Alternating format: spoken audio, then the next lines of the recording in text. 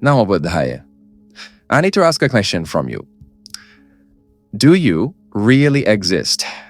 Have you ever thought of this question? It sounds like a funny question, right? Do you really exist? And do I really exist?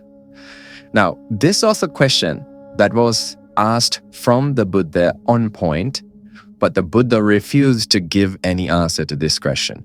Buddha kept silent to this question.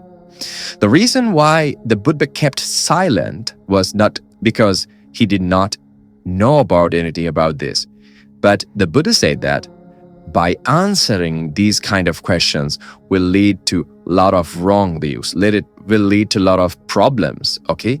Now, for an example, if one said like, okay, I do not exist or you do not exist, then there will be many questions and many problems. Then it will lead to many problems like, okay, if I do not exist, then who is the person who is experiencing all those karma? And who is the person who is being reborn? Okay, and also, if I don't really exist, what's the point of doing good and bad things? Right? There's no point of doing good, and there's no point of doing bad. Okay, and there's no point of becoming kind to people, and there's no point of helping people. So it will lead to many problems and many ethical dilemmas by answering these kinds of questions. And that is why the Buddha refused to give answers on point and directly to these kind of questions. But the Buddha explained that who you are, okay? That's what Buddha focused on. So the Buddha said that by answering these kinds of questions, by saying that you don't exist, you fall into one extreme, and that is called nihilism or complete annihilation. Now, one of the complaints that Buddha got in his time was the people complained him that he was a complete annihilator. So, okay, he annihilates people by letting them into the nibbana. So people considered nibbana as a complete annihilation. But it is not a complete annihilation. The Buddha said that when you say that you don't exist, it falls under one extreme, and that is called nihilism, which was known as Ucheda.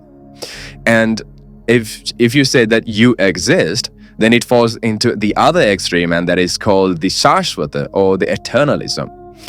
What Buddha teaches you is, what the Buddha says that my teachings lies in the middle. I teach you the middle way. What is the middle way? To find what you consider as who you are or true self, okay? And realize the nature of it. The Buddha did not say that you don't exist. The Buddha did not say that you exist.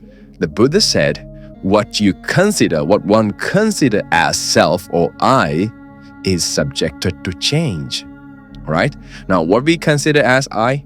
We consider as I is our eyes, our ears, our nose, our tongue, our body, and our mind. Okay, this is whom we called I.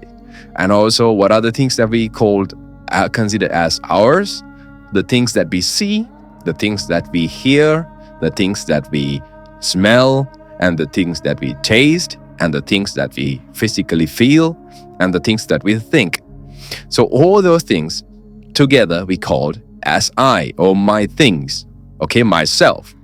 So the Buddha said, just take a look to these things, what you call self, and understand that all the things that you consider as yourself is subjected to change. It is ever changing. For an example, our eyes and our ears, nose, tongue, body, mind is ever changing, right? What we see in this world, what we experience in this world is subjected to change. Right here, right now, it is changing. So the Buddha said, what you consider as I or myself or mine is subjected to change. Then the Buddha said, if something is subjected to change, and that is suffering, okay, that leads to suffering. For an example, let's say we are having a good time and we are having good experiences and good feelings and happy feelings. So what we like to do, we like to feel, we like for them to be permanent. Okay, we like to feel good forever, but it is subjected to change. Okay? It is changing. And when it is changing, we suffer. And let's say we are having a bad experience or difficult experience.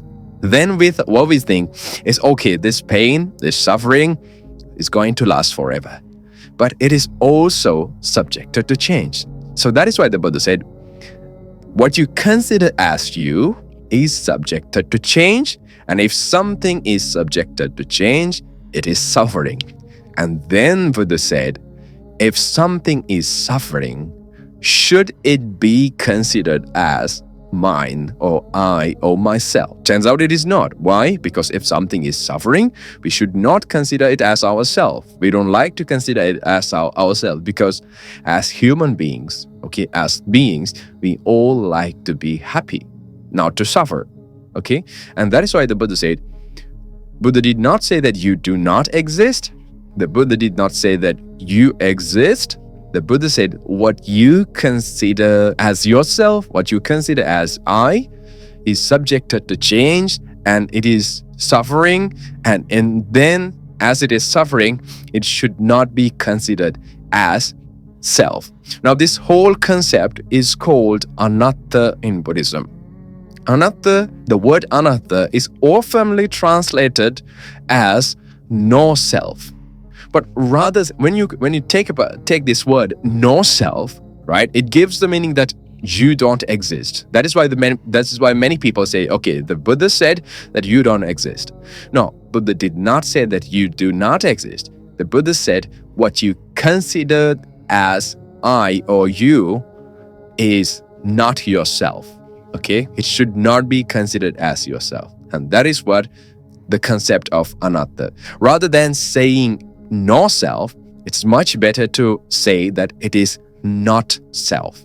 And this is the whole idea behind the concept of Anatta in Buddhism. So I hope you learned something new today. I wish you all, may all of you be happy and healthy. Namo Buddhaya.